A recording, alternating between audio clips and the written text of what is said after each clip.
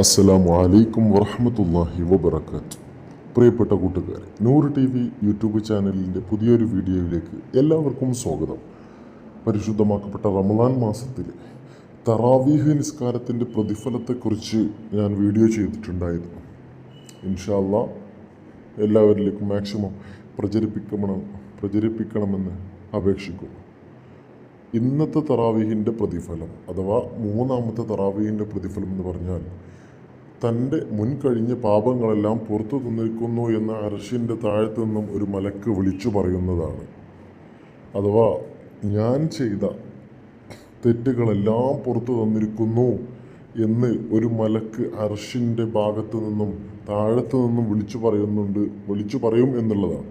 അഥവാ നമ്മൾ ചെയ്ത തെറ്റുകളൊക്കെ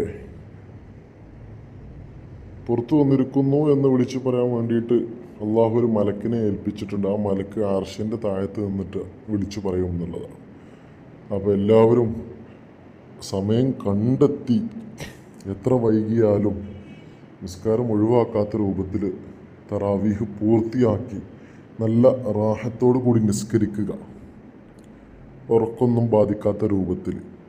പ്രത്യേകിച്ച് തറാവീഹ് ഓതുമ്പോൾ വലിയ സൂറത്ത് തന്നെ ഓതണമെന്നോ അങ്ങനെയുള്ള കാര്യങ്ങളൊന്നുമില്ല. നമുക്കറിയുന്ന സൂറത്തുകൾ ഓതിയിട്ട് തറാവീഹ് നിസ്കരിക്കാവുന്നതാണ്. എന്തായാലും അത് നമ്മുടെ എല്ലാ അമലുകളും സ്വീകരിക്കുമാറാവട്ടെ. നമ്മുടെ നിസ്കാരങ്ങളെല്ലാം അല്ലാഹു സ്വീകരിക്കുമാറാവട്ടെ. എന്തെങ്കിലും പാകപ്പിഴവുകളൊക്കെ വരുന്നുണ്ടെങ്കിൽ അല്ലാഹു പുറത്തു തരുമാറാവട്ടെ ഇൻഷാ അല്ലാഹ്. അപ്പോൾ ഈ കാര്യങ്ങളൊക്കെ എല്ലാവരും ശ്രദ്ധിക്കുക. പിന്നെ റമദാനാണ്. ഒരു നന്മ ചെയ്താൽ അതിന് ഇരട്ടികളോളം പ്രതിഫലം ലഭിക്കുന്നുണ്ട്. അതുപോലെ തന്നെ ഒരു തിന്മ ചെയ്താൽ അതേ ഇരട്ടിയിൽ കുറ്റവും ശിക്ഷയും ലഭിക്കും എന്നുള്ള കാര്യം കൂടി ഓർമ്മപ്പെടുത്തുകയാണ്. കാരണം ഏതായാലും ഞാനേതായാലും നന്മ ചെയ്യുന്നുണ്ട്, എനിക്ക് അതിൻ്റെ കൂലി കിട്ടും. അപ്പോൾ അപ്പുറത്ത് തിന്മ ചെയ്യുമ്പോൾ അതേതായാലും നന്മ ചെയ്യുമ്പോൾ ആ കൂലിയോട് കൂടി ഇതായാണ്ട് പ്രശ്നമില്ലല്ലോ എന്ന രൂപത്തിൽ ചിന്തിക്കരുത്. നല്ല രൂപത്തിൽ നല്ല കാര്യങ്ങൾ മാത്രം ചെയ്ത് മുന്നോട്ട് പോവുക ഇൻഷാ അല്ലാഹ്. നമ്മുടെ കൂട്ടത്തിൽ കുറേ രോഗികളുണ്ട്. അള്ളാഹു അവർക്കൊക്കെ പരിപൂർണ ശിഫ നൽകട്ടെ. എന്താണോ അള്ളാഹു ആ രോഗം കൊണ്ട് അവർക്ക് ഉദ്ദേശിച്ചത് അത് അള്ളാഹു പൂർത്തീകരിച്ച് കൊടുക്കട്ടെ.